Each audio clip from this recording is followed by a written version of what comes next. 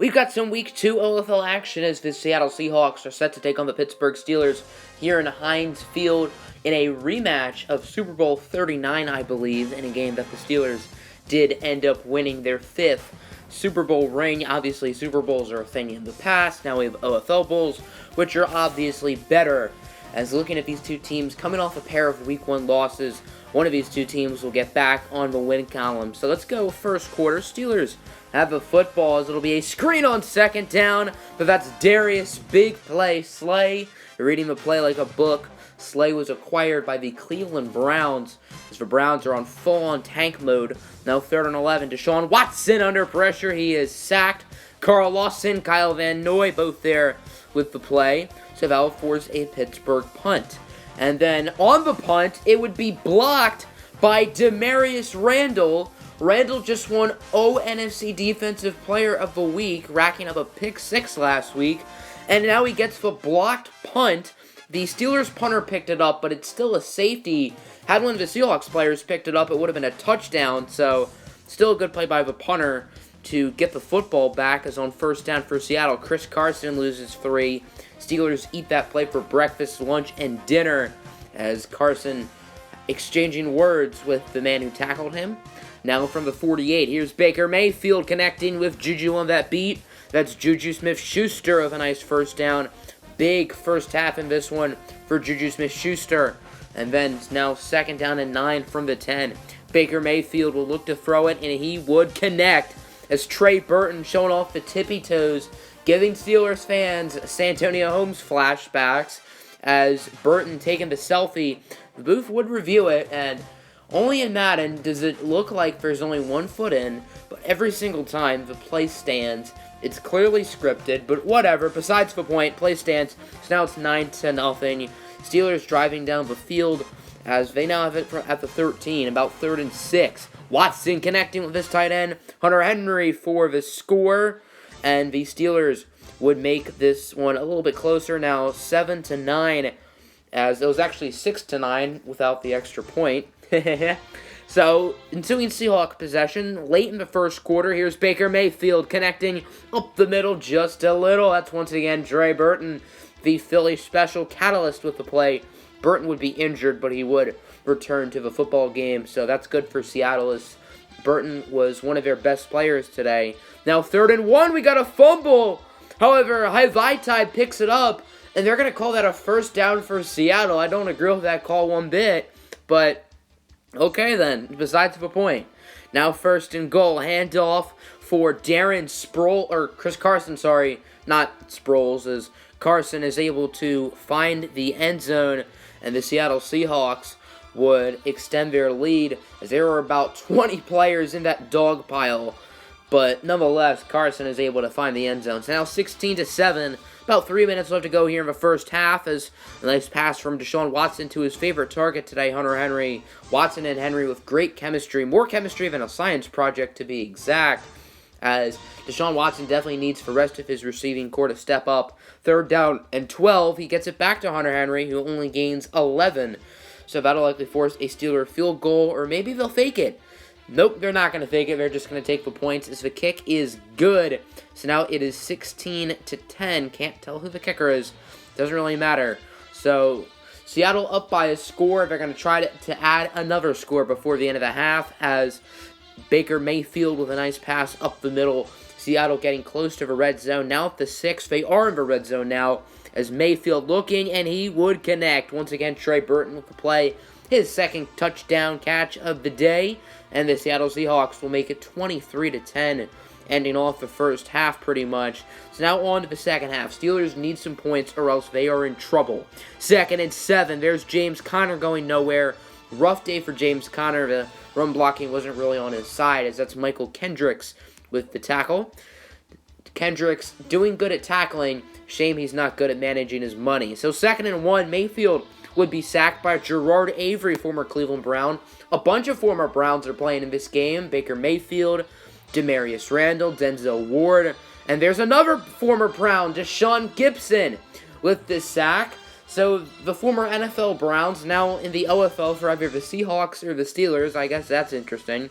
So 3rd and 13. Mayfield has more time than someone waiting in a McDonald's drive-thru at 5 o'clock in the morning, throwing off his back foot, connecting deep with guess who? That's Trey Burton with the play, as Burton has been a magnet to the football all day long. He has truly been sensational, and then 1st and goal at the 6.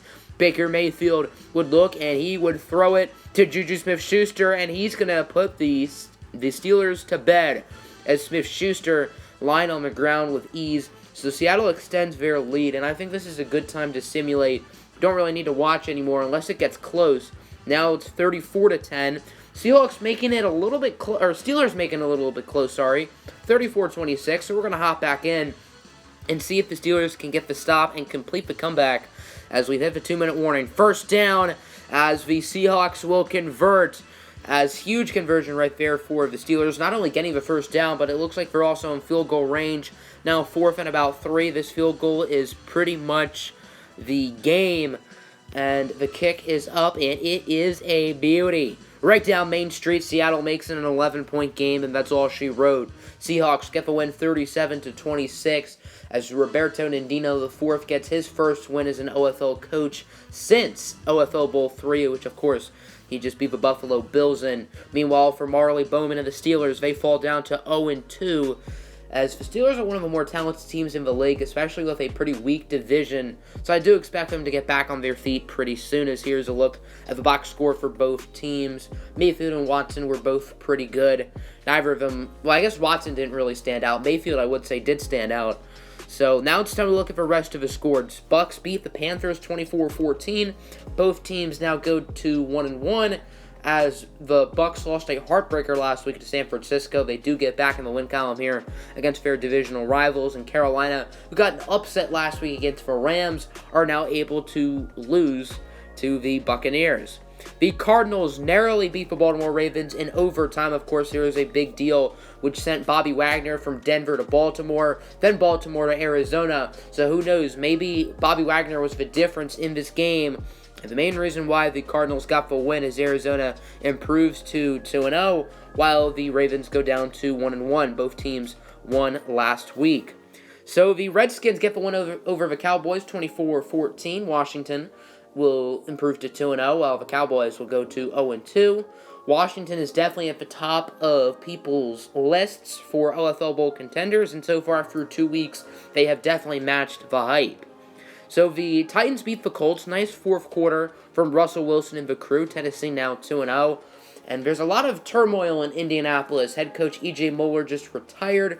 Who is the new coach going to be? It seems like the Colts might have their guy, but nothing is really official yet, so we'll have to keep an eye out for that. Giants beat the Bills 28-24, so New York will start off 2-0. They're going to try to give Washington some tough competition. Buffalo goes down to 1-1. Buffalo is sort of like the Steelers to me. They have a solid but not great team, but they are in one of the weaker divisions. Now, yes, New England is stacked, at least on offense, so they are definitely a big threat to Buffalo. Bengals beat my Niners 31-14. This one doesn't make me too thrilled. So Coach Greg Terry and the Bengals go to 2-0. As Cincinnati with 2 upset wins to start off the season. They beat Seattle last week, and now they beat San Francisco, 2 teams who they weren't really supposed to beat. So watch out for Cincinnati as a team who could sort of surprise people out of nowhere. Lions beat the Chargers 31-28. This looks like a very good game. Both teams now go to 1-1. Not a great day from Tom Brady, the greatest system quarterback to ever do it. I'll just leave it at that. Not saying he's the GOAT in general, and he definitely did not play like the GOAT in this one, getting picked off 3 times. Taven Wilson, Luke Kuechly, and Levante David picked him off. Vikings beat the Packers by 1, 35-34. Both of these teams are coming off of very high-scoring Week 1 games. Packers barely beat the Bears. Vikings narrowly lost to the Atlanta Falcons. So it looks like these 2 teams might have some work to do defensively. I mean, the Vikings are tanking, so maybe not, but the Packers, if they want to contend, they may need to work defensively The Jacksonville Jaguars beat the Houston Texans. 4 touchdowns from Dwayne Haskins as he played very well in this one for the Jaguars. We watched Haskins' debut last week against the Chiefs, and while the Jaguars weren't able to get the win, Haskins did play pretty well for the most part, so he's played quite well in the start of his OFL career with the Jaguars. Miami Dolphins upset the Patriots, and when I say upset, Patriots head coach Alpo Poole has been hyping his team up for the past few days just to lose to the Dolphins. 4 touchdown passes from Jacoby Brissett. I don't know if it showed the score for whatever reason, but we'll see the standings at the end of the game, or at the end of the episode, sorry, so we'll get to have proof that the Dolphins did win. Chiefs beat the Raiders, so Wes Lunt and the Chiefs start off 2-0. Lunt played very well in this game. Raiders, one of the few teams at 0-2, as they've not had the start that they have been hoping for. Rams beat the Saints 35-17. Rams now 1-1, Saints 0-2. Of course, I was the Saints for OFL 19.